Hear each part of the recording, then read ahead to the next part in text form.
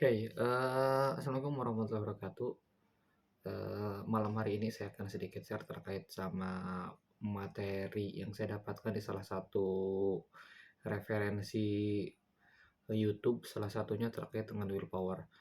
Jadi willpower ini cukup lumayan banyak dibahas, khususnya memang channel-channel India. Jadi kalau kita searching willpower itu banyak sekali willpower yang dibahas di India ini sendiri.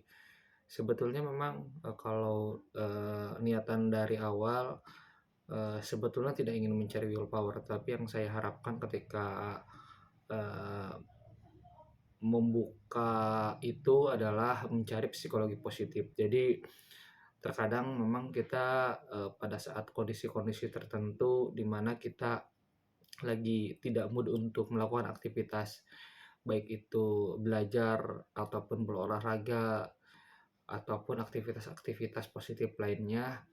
Nah, maka salah satu untuk menjaga tersebut adalah salah satunya adalah willpower. Nah, willpower ini memang, kalau dalam,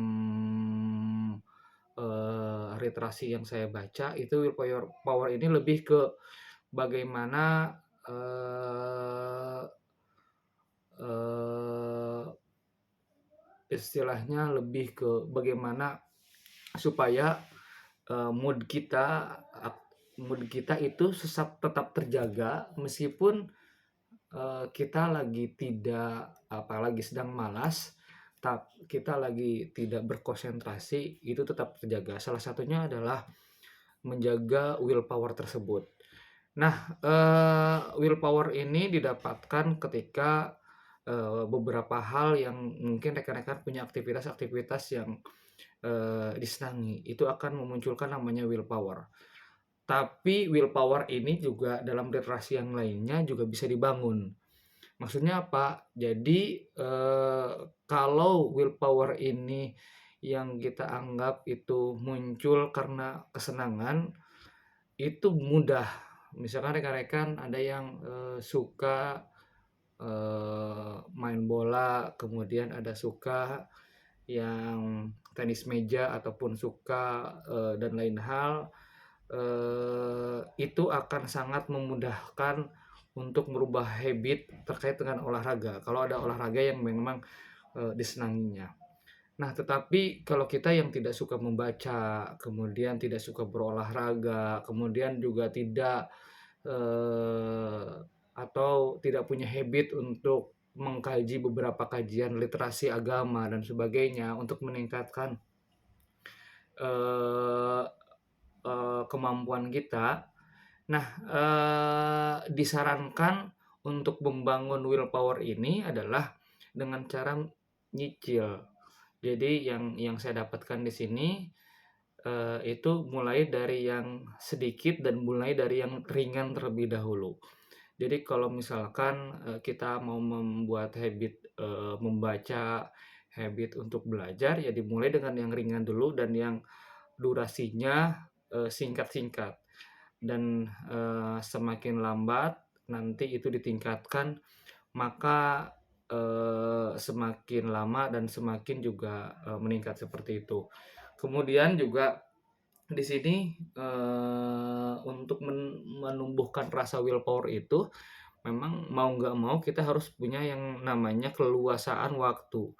Jadi nggak bisa kalau misalkan, waktunya itu, sembarangan dan sebagainya. Ada porsi-porsi di mana waktu itu,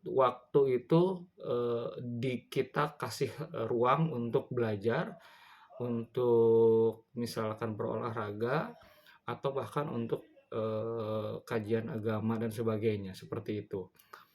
Nah, itu sangat penting.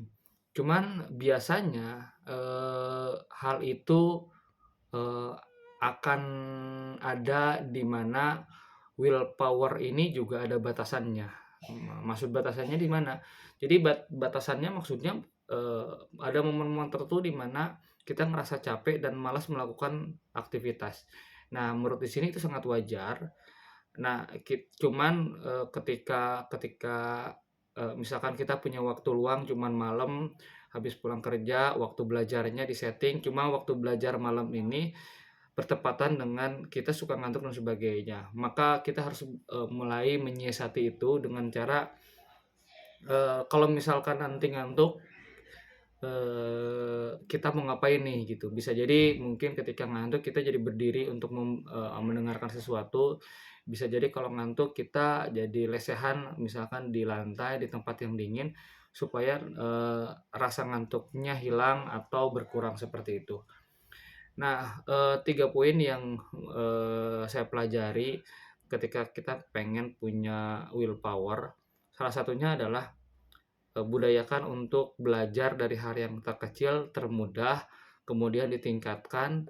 Yang kedua itu adalah, memiliki atau menyediakan waktu untuk melakukan aktivitas positif. Salah satunya tadi kalau misalkan memang, targetnya adalah belajar bahasa Inggris, ya luangkan waktu, itu untuk belajar bahasa Inggris. Nah, kalau ternyata memang, habit kita mau belajar keagamaan dan sebagainya, itu luangkan waktu untuk belajar itu. Jadi pada intinya adalah meluangkan waktu. Yang ketiga adalah mencari alternatif solusi kalau, misalkan kita diserang, atau willpower kita lagi, melemah atau rasa malas kita lagi melemah, seperti itu. Nah, kita harus menyiasatinya dan itu, dalam konteks ini penting supaya menjaga agar kita melakukan aktivitas tersebut. Itu aja mungkin dari saya, terima kasih. Wassalamualaikum warahmatullahi wabarakatuh.